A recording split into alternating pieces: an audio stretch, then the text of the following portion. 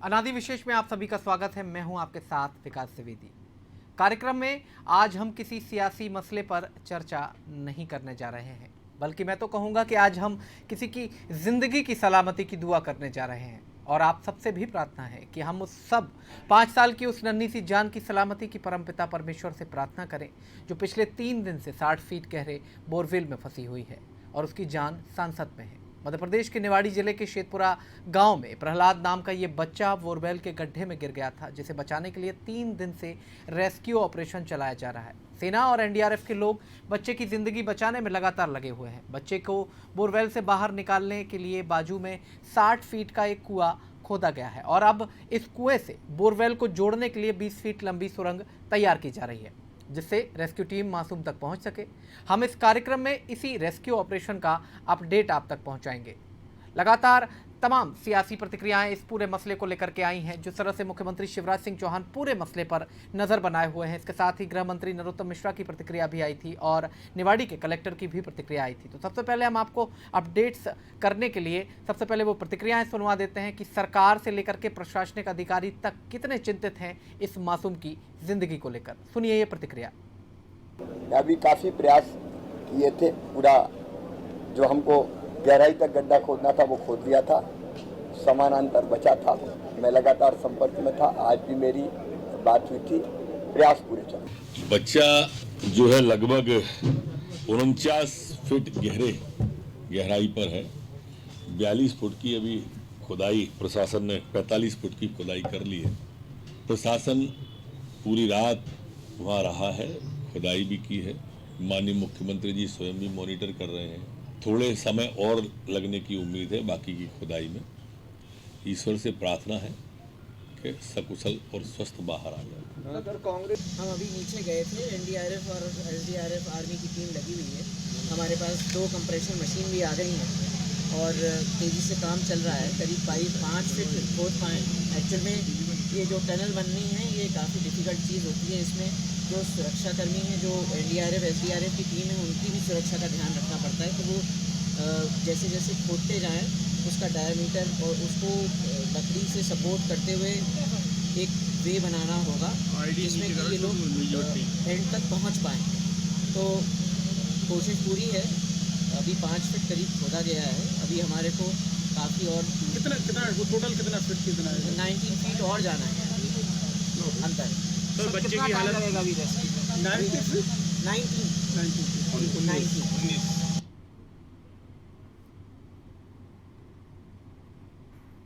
तो प्रदेश के मुखिया शिवराज सिंह चौहान की प्रतिक्रिया हमने आपको सुनवाई। गृह मंत्री का ये कल का बयान है जिसमें वो कहते हुए नजर आए। लेकिन मसला ये है कि कितनी फिक्र सभी कर रहे हैं। इस बच्चे को बचाने के लिए पुरजोर तमाम प्रयास किए जा रहे हैं। कलेक्टर की प्रतिक्रिया भी हमने आपको सुनवाई। उन्होंने कहा है कि तमाम साधन संसाधन जुटाए जा रहे हैं। पूरी कोशिश है कि बच्चे को सुरक्षित बाहर निकाल लिया जाए। अब आपको हम ये भी बताते चलें कि ये बच्चा अपने पिता के द्वारा खुदवाए गए बोरवेल में ही गिर गया था। मासूम बोरवेल के पास खेल रहा था। इस दौरान जैसे ही उसने गड्ढे के ऊपर रखे बर्तन को हटाया, वो उसमें गिर गया। इस कार्यक्रम में हम बच्चे को बचाने की कोशिशों की जानकारी आपसे साझा करेंगे। इसके साथ ही चर्चा इस बात पर भी करेंगे कि लगातार ऐसे हादसे होने के बाद बोरवेल क्यों खुले छोड़े जा रहे हैं। भविष्य में ऐसी घटनाएं ना हो, इसका स्थायी समाधान क्या हो सकता है।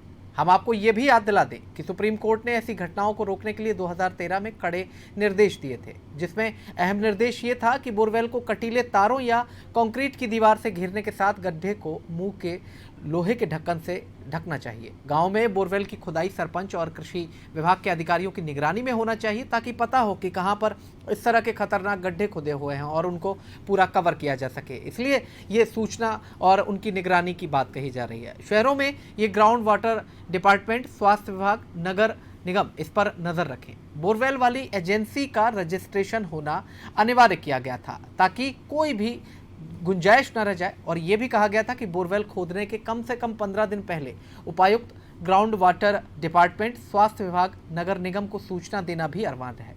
बोरवेल की खुदाई से पहले खुदाई वाली जगह पर चेतावनी वाला बोर्ड भी लगाया जाना होगा। ये सारे तमाम दिशा निर्देश जो हैं वो सुप्रीम कोर्ट ने 2013 में दिए थे। ये कोई पहली घटना नहीं है, इसके पहले भी काफ़ी घटनाएं हो चुकी हैं और जब जब घटना होती है उसके बाद चीज़ें सामने निकल करके आती हैं और उस पर चर्चा की जाती है। फिलहाल ज़्यादा जानकारी और अपडेट्स के लिए कि क्या कुछ ताज़ा हालात वहाँ पर हैं इस वक्त। हमारे सहयोगी देवेश गुप्ता हमारे साथ जुड़ गए हैं फ़ोन लाइन पर, उनसे हम जान लेते हैं। देवेश, क्या कुछ अपडेट है अभी मौके पर? देखिए, अपडेट क्या है कि अभी मौके पर जो सुरंग का काम चल रहा है वो 6 फुट खुदाई की जा चुकी है, जो कि 24 फुट खुदाई की जानी है। बाकी खुदाई फसलों के रो मिट्टी निकाली जा रही है, थोड़े थोड़े समय में थोड़ी थोड़ी खुदाई की जा रही है, जिससे अंदाजा लगाया जा सकता है कि समय अधिक लग जाएगा। और यहाँ पर जो आला अधिकारी बैठे हैं, जैसे कलेक्टर से हमारी बात हुई तो उन्होंने बताया कि 7-8 घंटे और लग जाएंगे। देवेश, मिट्टी का ढेर है, सुरंग बनाई जा रही है पैरेलल, और उसमें भी समय लगेगा। कंप्रेशर की बात करते हुए वो नजर आए थे, बीना से मशीन जो आ रही थी वो भी पहुंच चुकी है, सुरंग का काम भी शुरू हो गया है। पानी की वजह से भी कुछ व्यवधान उत्पन्न हुए थे, इसकी जानकारी भी हमें मिल चुकी है। लेकिन वर्तमान में बच्चे के हालात क्या कुछ कहते हैं? कोई संपर्क स्थापित हो पा रहा है? क्या स्थिति है बच्चे की? कोई अपडेट है इस मामले को लेकर?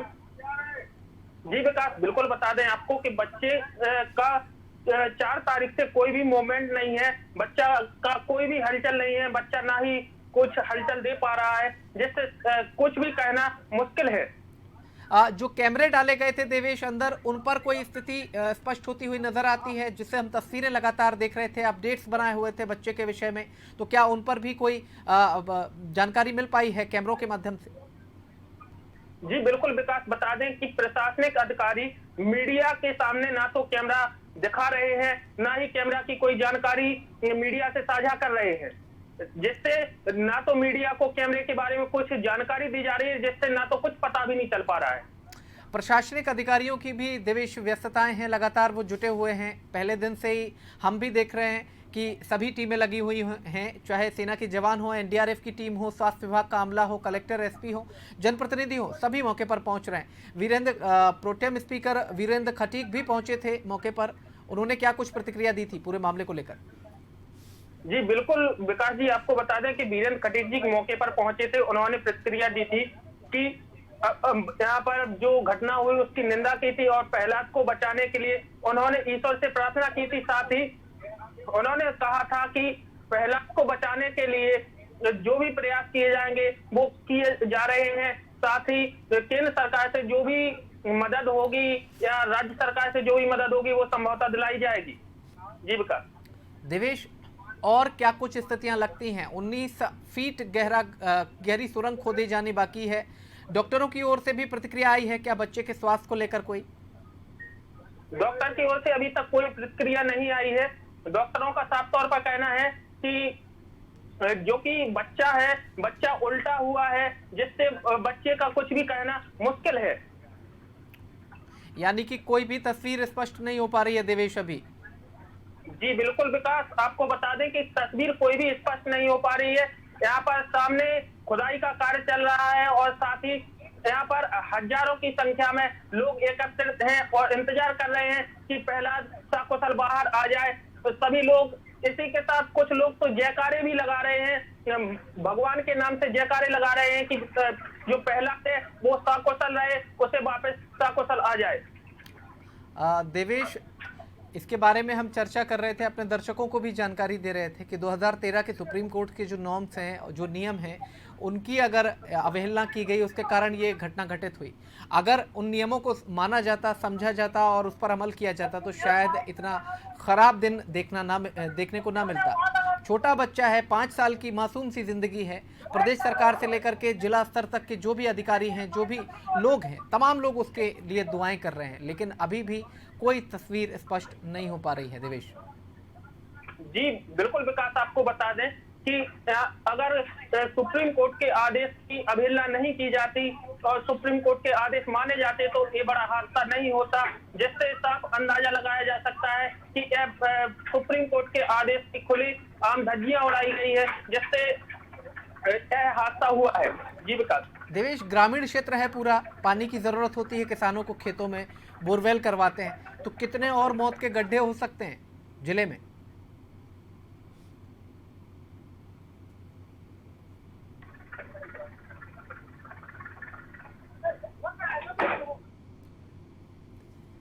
तो ये हमारे संवाददाता देवेश गुप्ता हमारे साथ लाइव जुड़े हुए हैं, मौके पर हैं। अनादि की टीम लगातार मॉनिटरिंग कर रही है, लगातार हर पल का अपडेट्स आप तक पहुंचा रहे हैं हम लोग, और बच्चे की सलामती के लिए हज़ारों हाथ दुआ में आगे उठ रहे हैं। मुख्यमंत्री ने भी अपनी बात कही कि सुरक्षित निकालने की पूरी कोशिश की जाएगी। ये तस्वीरें हम आपको दिखा रहे हैं, आप देख सकते हैं कि एसडीआरएफ और सेना के जवान और उसके साथ ही स्थानीय प्रशासन के लोग मौके पर मौजूद हैं। तमाम प्रशासनिक अमला उस नन्ही सी जान को बाहर निकालने में जुटा हुआ है ताकि उसको हम एक नया जीवन दे सकें। दुआ में हज़ारों हाथ उठ रहे हैं, लेकिन स्थितियां जो हैं वो समय के साथ और जटिल होती जा रही हैं। ज्यों ज्यों समय बीत रहा है, घंटे बीत रहे हैं, उसके साथ ही स्थितियां और भी ज़्यादा जटिल हो रही हैं। ये तस्वीरें हम आपको दिखा रहे हैं, कितनी मशीनों का प्रयोग किया गया है, सभी साधन भी जुटाए जा रहे हैं और पूरी कोशिश की जा रही है कि प्रहलाद को जल्द से जल्द हम बाहर ला सकें, सुरक्षित बाहर ला सकें। देवेश हमारे सहयोगी एक बार फिर हमारे साथ जुड़ गए हैं, तो उनसे और भी जान लेते हैं। देवेश, मैं आपसे सवाल पूछ रहा था कि निवाड़ी ग्रामीण क्षेत्र है, काफ़ी ग्रामीण एरिया उससे लगा हुआ है, तो कितने ऐसे और भी गड्ढे हो सकते हैं? बिल्कुल विकास, मैं आपको बता दें कि ग्रामीण क्षेत्रों में ये होता है कि बोरवेल तो करवाए जाते हैं, अगर उसमें पानी नहीं निकला तो उसमें सेफ्टी पाइप नहीं डलवाया जाता, जिससे भाई मौत का गड्ढा बन जाता है। इससे साफ अंदाजा लगाया जा सकता है कि निवाड़ी जिले में कई ऐसे बोरवेल्स हैं जिनमें पानी नहीं निकला है और उनमें खुदाई की गई है, लेकिन पाइप ना होने के कारण वो मौत का गड्ढा बना हुआ है। जी विकास। देवेश, चिन्हित किया गया है क्या ऐसे गड्ढों को, ताकि ऐसा कोई हादसा और ना हो, कोई और प्रहलाद 60 फीट नीचे ज़मीन के ना पहुंचे, कोई मासूम सी जिंदगी अपने लिए जहदोजहद ना करनी पड़े उसे जिंदगी के लिए? क्या कोई एक्शन आगे आने वाले समय में देखने को मिलेगा? जी बिल्कुल विकास, आपको बता दें अभी तक तो ऐसा कोई कदम नहीं सामने आया है, ना ही प्रशासन द्वारा ऐसा कोई कदम उठाया गया है जिन्हें के अन्य बोरवेल्सों को चिन्हित किया जाए। अभी प्रशासन रेस्क्यू में लगा हुआ है, यहाँ रेस्क्यू कर रहा है और यहाँ आप देख सकते हैं कि भारी संख्या में भीड़ एकत्रित भी है और प्रहलाद के लिए दुआ कर रही है। वहीं प्रशासनिक अधिकारी सहित छतरपुर रेंज के डीआईजी, कलेक्टर सहित आला अधिकारी मौके पर मौजूद है और साफ देख सकते हैं कि वो एक तरफ से व्यवस्थाओं में लगे हुए हैं। जी विकास। हाँ देवेश, हम चाहते हैं कि वहाँ के नज़ारे भी आप हमारे दर्शकों को दिखाएं, किस तरह से व्यवस्थाएं अधिकारी करने में जुटे हुए हैं, क्या कुछ तस्वीरें वहाँ की कहती हैं? जी बिल्कुल विकास, मैं आपको साफ तौर पर दिखा देता हूँ कि यहाँ सामने कई पोकलेन मशीनें भी खड़ी हैं और यहाँ साफ देख सकते हैं आप अधिकारी सामने मौजूद हैं और दिशा निर्देश दे रहे हैं और आगे जो कदम उठाना है, जैसे कार्य करना है, उसके लिए प्रेरित भी कर रहे हैं लोगों को और समझाइश भी दे रहे हैं कि ऐसा ऐसा कार्य किया जाए जिससे सकुशल बच्चे को बाहर निकाला जा सके। जी विकास। देवेश, एक तरफ तो एक सकारात्मक पहल दिखाई देती है कि एक बच्चे के लिए हर एक व्यक्ति खड़ा हुआ है, सामने आ चुके हैं, सभी एक मोर्चे पर डटे हुए हैं, चाहे ग्रामीण जनों की बात कहें, अधिकारियों की बात कहें, जनप्रतिनिधियों की बात कहें, सभी एक मोर्चे पर डटे हुए हैं और एक सामाजिक एकता की ये मिसाल कायम कर रहा है। लेकिन इसके अलावा एक सवाल मेरा और भी है कि कुआं, आप हमारे साथ बने रहिए। देवेश, फिलहाल हमारे साथ निवाड़ी एसपी वाहिनी सिंह जी जुड़ गई हैं फोन लाइन पर, उनसे जान लेते हैं। मैडम, बहुत स्वागत है आपका अनादि टीवी में। धन्यवाद, बताएं। मैडम, जिस तरह से 3 दिनों से पूरा प्रशासन डटा हुआ है मोर्चे पर, आप भी डटी हुई हैं, आपकी भी तस्वीरें निकल करके आई थी, आप जिस तरह से काम कर रहे हैं लगातार, हमें क्या उम्मीद होनी चाहिए कि कब तक हम उस बच्चे को सकुशल बाहर निकाल सकते हैं? देखिए 8-9 घंटे तो और लगेंगे जी मिनिमम इसमें। जी मैडम, और हमारी पूरी कोशिश जारी है, लेकिन अब ये कॉम्प्लेक्स प्रोसेस होती है, जी हम लोग लगे हैं, पर 8-9 घंटे तो और लगेंगे। जी मैडम, वहाँ निवाड़ी जिले से जो तस्वीरें निकल करके आई वो तो हम लगातार हम अपने दर्शकों तक भी पहुँचा रहे थे, आपकी भी तस्वीरें निकल करके आई थी, किस तरह से आप 3 दिन से मोर्चे पर डटी हुई हैं। लेकिन मैडम, बड़ा सवाल इस बीच में यही आता है कि अगर ऐसे गड्ढे अगर थोड़ा सा रखरखाव कर लिया जाए, आम जनमानस जागरूक हो जाए, तो शायद ऐसी घटनाएं ना हो, एक छोटा सा मासूम 60 फीट गहरे गड्ढे में। हाँ, वो आपकी बात सही है। हम उसमें आदेश तो निकला था बोरिंग के लिए, जी। और भी इसमें अवेयरनेस कैंपेन चलाएंगे। एक बार हम ये रेस्क्यू ऑपरेशन खत्म कर लें तो उसमें फिर हम लोग अवेयरनेस कैंपेन चलाएंगे कि जी। सभी ढकी जाए और सभी लीगली बने और हमें प्रशासन को बता कर ही हो जी पूरा हम चलाएंगे। जी। मैडम, आपके जो करवा चौथ का व्रत था वो भी आपने सड़क किनारे खोला, वो तस्वीरें भी निकल करके सामने आई थी। समर्पण भाव से आप लोग काम कर रहे हैं। अनादि टीवी आप सभी की प्रशंसा करता है। इस तरह से कर्मठ अगर आप काम करेंगे और उदाहरण प्रस्तुत करेंगे तो शायद एक नज़ीर हम इस समाज को दे पाएंगे। अनादि टीवी आपकी इस पहल की भरपूर सराहना भी करता है और हम उम्मीद करते हैं मैडम कि जिस तरह से आप लोग काम कर रहे हैं, एनडीआरएफ की टीम काम कर रही है, जिला प्रशासन काम कर रहा है, सभी लोग जुटे हुए हैं एक मोर्चे पर, तो जल्द से जल्द प्रहलाद हमारे हाथों में होगा। ठीक, धन्यवाद। चले मैडम, बहुत शुक्रिया। नमस्ते। तो ये थी एसपी वाहिनी सिंह जो कि लगातार मोर्चे पर डटी हुई हैं। कल हमने उनकी खबर भी आपको दिखाई थी कि किस तरह से करवा चौथ का उनका व्रत था, लेकिन फिर भी वो व्रत तोड़ने के लिए घर नहीं जाती हैं। सड़क किनारे उन्होंने अपना व्रत खोला है। समर्पण की मिसाल इसे कहा जा सकता है कि अधिकारी किस तरह से सामाजिक रीति नीति को समझते हैं और उसके लिए काम करते हैं।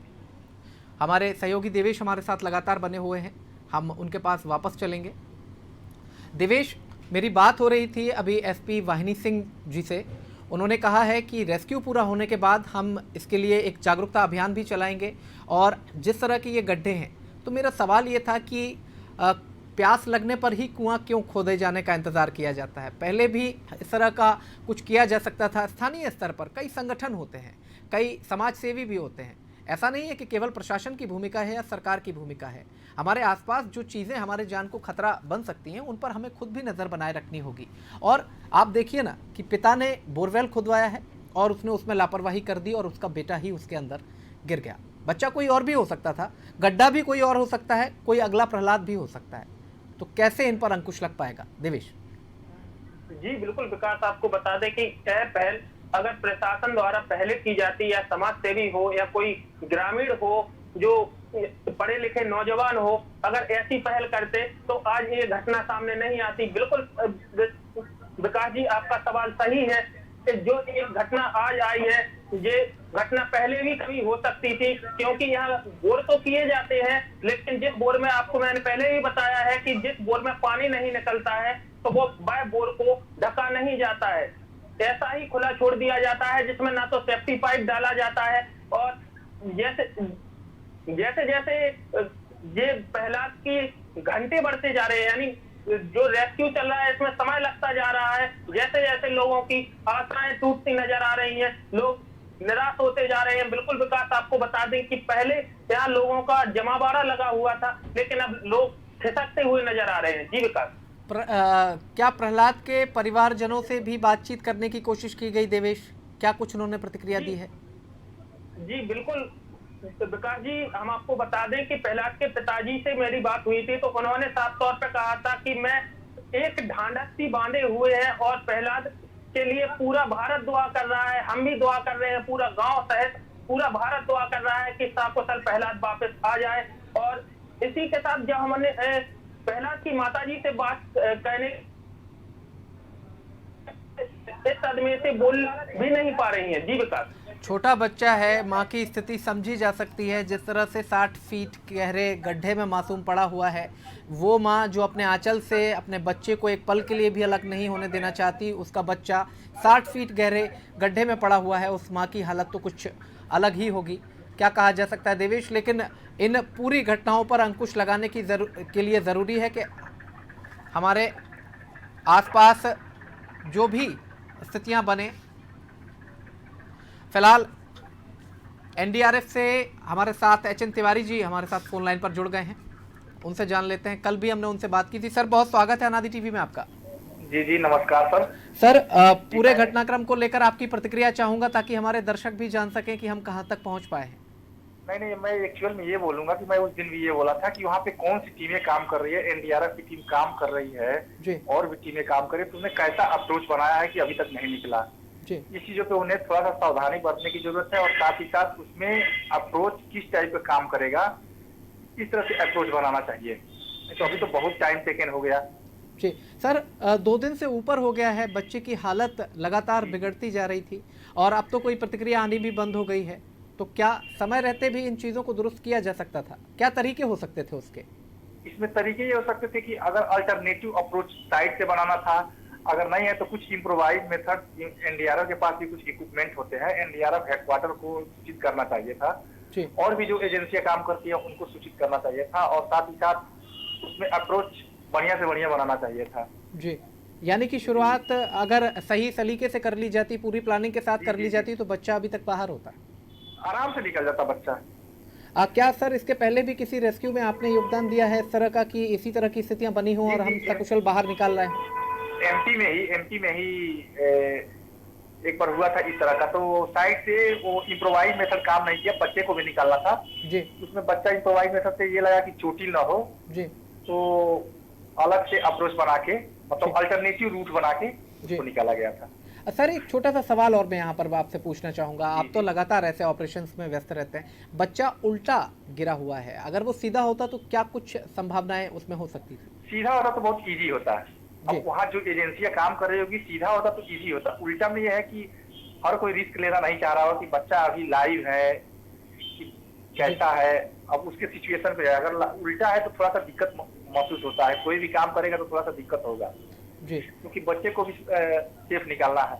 जी, बिल्कुल सही बात है सर। और क्या कुछ मतलब पूरी खबर तो आप तक लगातार पहुंच रही है, किन संसाधनों का प्रयोग कर रहे हैं? सुरंग भी बनाई जा रही है, पानी भी आ गया था उस सुरंग में जो टनल बना रहे थे, तो फिर ऑपरेशन कुछ देर के लिए रुक गया था, तो क्यों ऐसी स्थितियां बनती हैं? क्या उसका अप्रोच किया जा सकता था? क्या कुछ बदलाव करके और बेहतर प्रयास किया जा सकता था? नहीं, जब अल्टरनेटिव अप्रोच में जब पानी निकल गया तो फिर थोड़ा सा वो हो गया, फिर वही इम्प्रोवाइज मेथड ही काम करेगा, उसको धीरे धीरे यूज किया। एक वो होता है कि बाइलक भी होता है उसमें कि कभी आ गया बच्चा, कभी नहीं आया। जी हाँ, ये है, ये हो जाता है। तो यानी कि सर कितने प्रतिशत लगभग अभी कहा जा रहा है कि 6-7 घंटे और भी लगेंगे, 48 घंटे का समय बीत चुका है, तो अब तो स्थितियाँ क्या कुछ हो सकती हैं सर, क्या मानते हैं? निकल जाएगा, और एजेंसियां जो काम कर रही होंगी वो देख रही होंगी कि क्या है अल्टरनेटिव। मौके पे हो जाए तो थोड़ा सा देखने में वो लगता है कि इसमें क्या करना चाहिए। बिल्कुल सर, चलिए हाँ, सर। कितना डेप्थ पे बच्चा है, कितना उससे है, ये सब देख के वो सब काम होता है। बिल्कुल सर, चले सर, बहुत शुक्रिया अपनी प्रतिक्रिया देने के लिए। तो ये थे एनडीआरएफ से हमारे साथ एचएन तिवारी जी, जो कि अपनी प्रतिक्रिया दे रहे थे। उनका कहना था कि अल्टरनेटिव्स तलाशे जाते हैं और अल्टरनेटिव्स पर तलाशे जाते हैं, और अगर शुरुआत से ही उस पर कोई काम किया जा सकता है तो एक उदाहरण वो एमपी का देते हुए नजर आए। हमारे सहयोगी देवेश गुप्ता लगातार हमारे साथ बने हुए हैं।